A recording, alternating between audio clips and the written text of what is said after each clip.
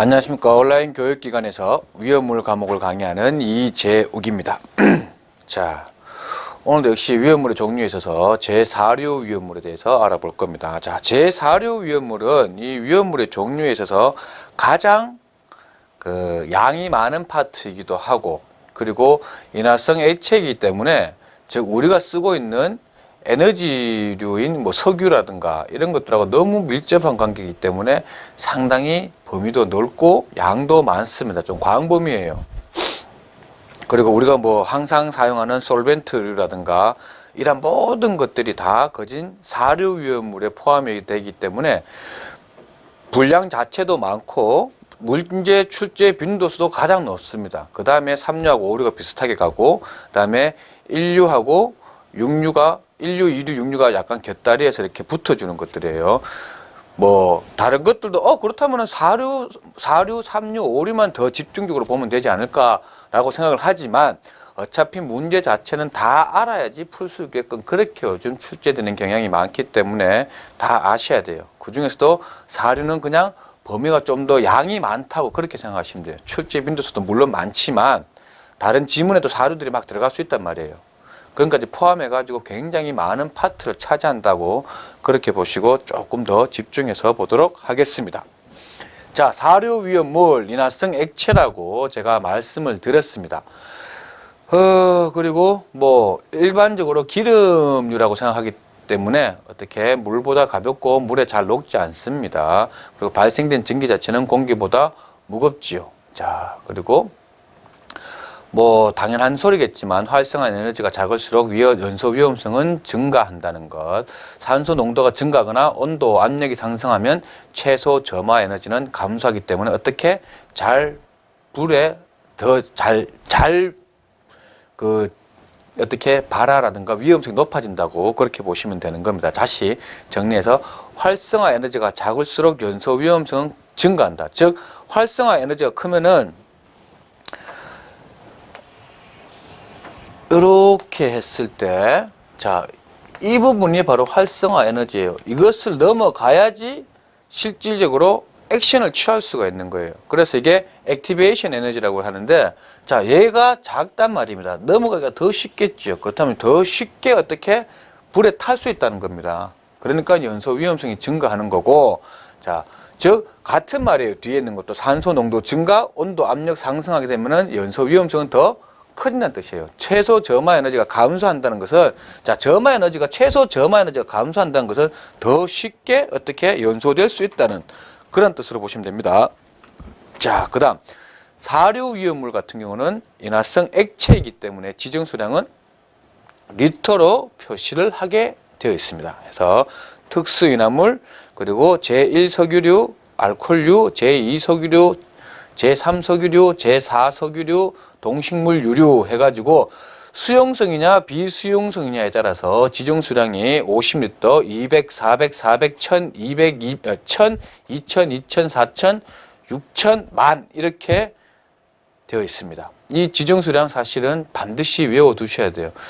지정수량에 대한 부분은 각 파트에서 다 나오지만 사류에서도 더 어떻게 50에서부터 1000까지, 50에서부터 10,000까지 스펙트럼이 다양하죠. 그렇다면 여러분들이 좀 더 헷갈릴 수 있는 여지가 많다는 겁니다. 즉 자격증 시험은 떨어뜨리기 위한 시험이지 합격시키기 위한 시험이 아니기 때문에 어떻게 충분히 헷갈릴 수 있는 부분을 낼 수가 있겠죠. 그죠? 특히 이런 지정수량 부분 같은 경우, 그죠? 그러니까 잘 보시기 바랍니다. 자, 그 다음 위험성 해가지고 일반적인 성질이 바로 위험성하고 연관이 되는 부분이죠. 그죠? 자, 여기서 보시면은 연소 범위의 하한값이 낮고 정전기가 축적되기 쉽다는 것. 자, 그렇게 알아두시면 좋습니다. 액체 비중은 물보다 가볍고 물에 녹지 않는 것이 많습니다. 근데 액체 비중이 물보다 큰 거는 이산화탄소, 염화 아세틸 클로로 벤젠 제3석유류입니다. 수용성은 알코올류, 에스테르류, 암류, 알데히드류 등이 있다는 것 알아두시면 좋습니다. 자, 그 다음에 저장 및 취급 방법. 당연히 쭉 보시면은 이것은 기름이니까 누가 봐도 어떻게 쉽게 알 수 있는 부분이 많지요. 그죠? 자, 소화 방법 한번 보겠습니다. 자, 비중이 물보다 작기 때문에 주수 소화를 하게 되면 어떻게 얘네들이 물에 붕붕 떠다니기 때문에 화재면을 확대시킬 수가 있죠. 그러니까 좀 금해야 됩니다. 그리고 소량 위험물에 이 소량의 연소 시에는 물을 제한 소화약질에서 이산화탄소라든가 분말, 할로겐 화합물로 질식 소화하는 것이 더 효과적이고 대량인 경우에는 물이 아닌 바로 포에 의해서 질식 소화를 시킵니다. 수용성 위험물 같은 경우에는 알코올포를 사용하거나 다량의 물로 희석시켜서 가연성 증기의 발생을 억제해서 소화를 합니다.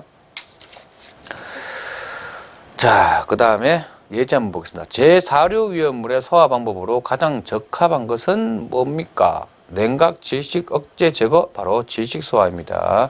자, 그 다음 제4류 위험물의 연소에 대해서 바르게 설명한 것은 수증기와 산소 혼합물의 연소다. 수증기와 산소 화합물의 연소이다. 가연성 증기와 산소 혼합물의 연소이다. 가연성 증기와 산소 화합물의 연소이다. 가연성 증기하고 산소 혼합물의 연소 있죠. 그죠? 자, 사류 위험물의 종류 해가지고, 자, 일반 특수인화물입니다. 자, 특수인화물. 너무너무 잘 타고 너무너무 위험한 것들이에요. 그죠? 해서 얘네들의 지정수량은 50리터입니다. 자, 일반적인 성질에서 지정 품목 해가지고 디에틸 에테르하고 이황화탄소까지만 알아두십시오. 콜로디온은 제외하도록 하겠습니다. 자, 지정 성상 알아두십시오. 여기서는 인하점이 영하 20도씨 이하, B점이 40도씨 이하인 것. 특히 B점은 반드시 기억해 두십시오. 제가 웬만해서는 외우라고는 안 하는데 요거는 반드시 외워 두십시오. 자, 다음 중 사류 위험물에서 특수인화물의 구분하는 일반적인 성질은 뭐냐? 바로 B점이 40도씨 이하. 요겁니다. 하기 때문에 인하점하고 같이 외워두시면 더 좋고 하다못해 B점이라도 반드시 외워두시기 바랍니다. 발화점도 외워두십시오. 100도씨 이하입니다. 발화점하고 B점 반드시 외워두십시오. 발화점과 B점. 자, 그 종류에는 디에틸 에테르, 산화에틸 혹은 에테르, 에틸 에테르라고도 합니다. 자, 산소를 가운데 두고 디에틸입니다. 즉 에틸기가 강쪽에 붙어 있는 거예요. C2H5, C2H5 이렇게 산소를 센터에 두고 붙어 있는 거예요. 이게 바로 에테르기니까 그죠? 자, 무색 투명한 특유의 액체 비극성 용매 알코올에 잘 녹습니다. 자, 그 다음에 뭐 다른 거는 괜찮고 마취성이 있다는 것 요거 알아두시면 되겠습니다. 그 다음에 저장 및 취급 방법도 당연히 이것은 뭐 상식선에서 보는 거지만 팽창 개수가 크기 때문에 어떻게 10%의 여유 공간을 둔다는 것도 알아두시기 바랍니다. 소화 방법은 이산화탄소에 의한 질식 소화가 가장 효과적이고 할온이라든가 포도 효과가 있다. 그 다음에 이황화탄소 좀 중요합니다. 자주 출제 빈도가 좀 높아요. 자, 순수한 것은 무색 투명한 액체. 그다음에 불순물이 존재하면 황색을 띱니다. 불쾌한 냄새. 물에 안 녹아요. 알코올이라든가 에테르, 벤젠 등의 유기용제에는 잘 녹습니다. 그 다음에 황린, 수지, 고무 등을 잘 녹입니다. 그 다음에 보십시오. 자, 사류 위험물 중 착화점이 가장 낮습니다. 뭐 온도는 외울 필요 없고 가장 낮습니다. 자, 그 다음에 나트륨과 접촉하면 발화하고 연소 범위의 하한이 낮고 연소 범위가 넓다. 그리고 인하점이 낮다. 그다음에 청색 불꽃이 발생한다는 것, 그다음에 고온의 물과 반응하게 되면은 이산화탄소하고 황화수소를 발생시킨다는 것. 자, 이황화탄소하고 물과의 화학식 하나 봐두시기 바랍니다. 이것도 외워두시면 좋습니다. 자, 그 다음에 소화 방법 해가지고 이산화탄소, 할론, 그 다음에 분말 소화약제 등으로 질식 소화한다. 물로 피복해서 소화한다. 이렇게 되어 있습니다. 자, 콜로디온이 나와 있는데 콜로디온 같은 경우는 그냥 뭐 넘어가도록 하고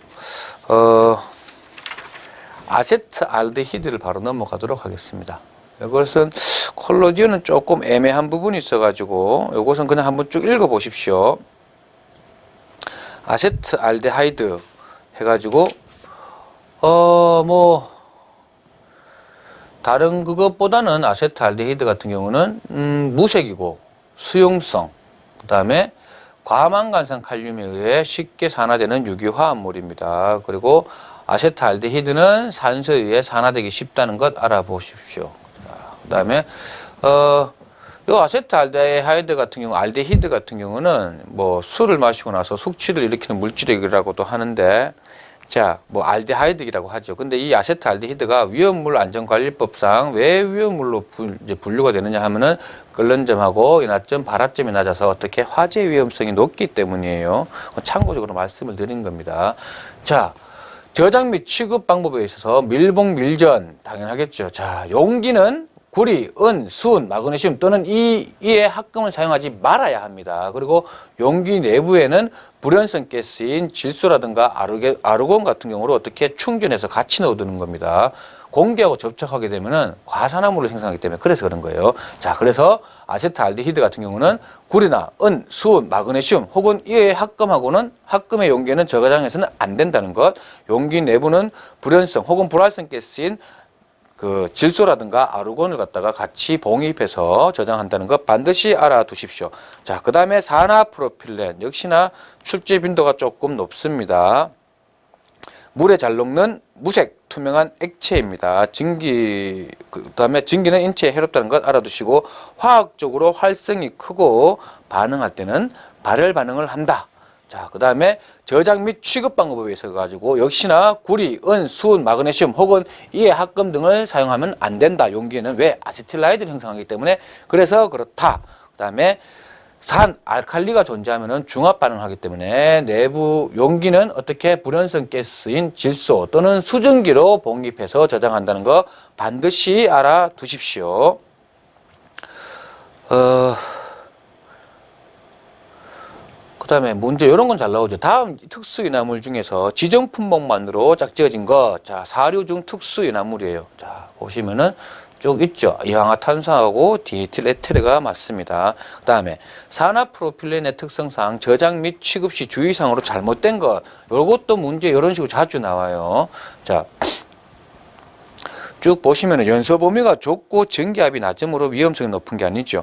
연소 범위가 넓고 증기압이 높은 거예요. 하기 때문에 위험한 거예요. 잘못된 것은 4번이고 맞는 것은 1, 2, 3이라는 거죠. 즉 맞는 것을 한 번 더 봐두시는 게 훨씬 더 공부하시는 게 좋습니다. 자, 이황화탄소를 물에 저장하는 주된 이유는 뭡니까? 바로 가연성 증기의 발생을 억제하기 위해서 이황화탄소를 물에 저장합니다. 자, 제1석유류 그 다음에 나옵니다. 자, 지정 품목은 아세톤하고 휘발유입니다. 지정 품목은 아세톤하고 휘발유가 제1석유류에서의 지정 품목입니다. 자, 지정 성상은 뭐냐? 인화점이 21도씨 미만이다.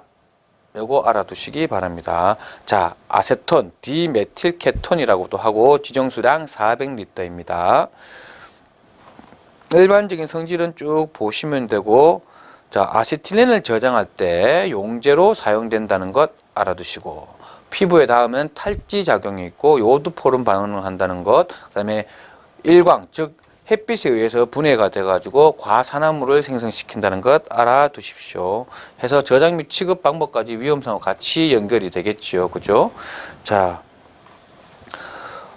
소화하는 방법은 분무상의 주수 소화가 괜찮습니다. 탄산가스, 알코올 폼 등도 사용하기도 합니다. 자, 가솔린 지정 수량은 200리터 해가지고 쭉 가솔린은 다 아시죠? 근데 가솔린의 일반적 제조 방법 하나 봐둡시다. 직류법, 분해 직류법, 접촉 계질법이 있다.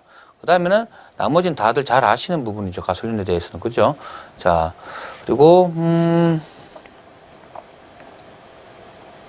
뭐 다른 걸 하나 보자면은 뭐 굳이 가솔린의 다른 명칭 그래가지고 리그로인, 그 다음에 솔벤트 나프타, 널리벤젠, 석유 에테르, 석유 벤젠이라고도 합니다.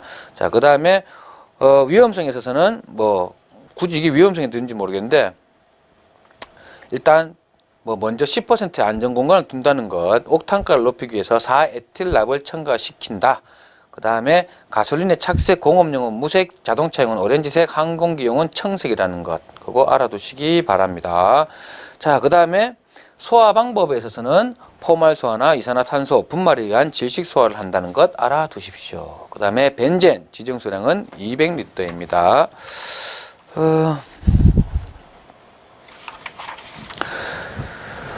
뭐 다른 거는 쭉 큰 그게 아니고 벤젠 같은 경우는 불포화 결합을 이루고 있으나 첨가 반응보다는 치환 반응이 많다는 거. 치환 반응이 많습니다. 그리고 치환 반응 시 사용되는 위험물은 HNO3, 즉 질산이라는 것 알아두시기 바랍니다. 참 그리고 하나 더. 이 벤젠이 불에 붙으면 거름이 많은 이유는 바로 수소수에 비해서 탄소수가 많기 때문이다. 벤젠 같은 경우 벤젠골이라고도 보통 말을 하는데 방향족이죠. 그죠? 벤젠의 화학식은 C6H6이고 구조식으로 나타내면은 이렇게 되어 있어요. 육각형에다가 이렇게 이중결합이 이렇게 되어 있어요. 이 자리에 다 오서리에는 C가 이렇게 있어요. C가.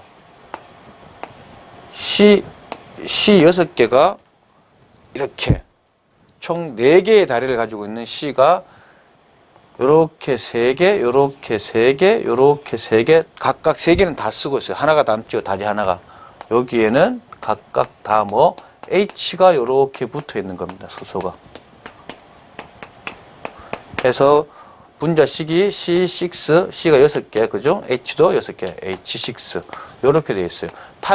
얘에 비해서 얘가 너무 많다는 거예요. 안정하게 되려면은, C2H6가 에탄으로서 좀 안정하겠죠. 그죠? 얘는 탈 때 거름이 생기지가 않아요. 메탄도 마찬가지고. 그죠? 그렇게 되는 겁니다. 그 다음에 비전도성 물질이기 때문에 어떻게 정전기를 일으킬 수 있다. 그거 알아두시기 바랍니다. 그 다음에 톨루엔 해가지고 어떻게 톨루엔은 여기에서 이쯤 짤까요? 여기서 H가 하나 떨어져 나가고 메틸기가 탁 붙어버리면 바로 톨루엔이 되는 거예요. 지정수량은 비수용성이기 때문에 200리터입니다. 그 다음에 오르소크실렌 해가지고 여기에서는 하나 더 빠져나가고 여기에 CH3가 하나 더 붙어요. 그렇게 해가지고 이성질체가 총 3가지가 있다는 것. 오르소크실렌 그런데 보통 이거는 크실렌이 아니고 사실은 자일렌이라고 보통 말을 해야 되는데 하여튼 크실렌이라고 보통 말하니까 오르소 메타파라 해가지고 붙어있는 요게 오르소 그 다음에 이쪽에 붙어 있으면은 파라 이렇게 여기 바로 대각 마주보고 있으면은 바로 파라가 되고 이렇게 있으면 메타가 되고 마주보고 있으면 파라가 된다는 것. 하여튼 3가지의 이성질체가 존재한다는 것 알아두시기 바랍니다.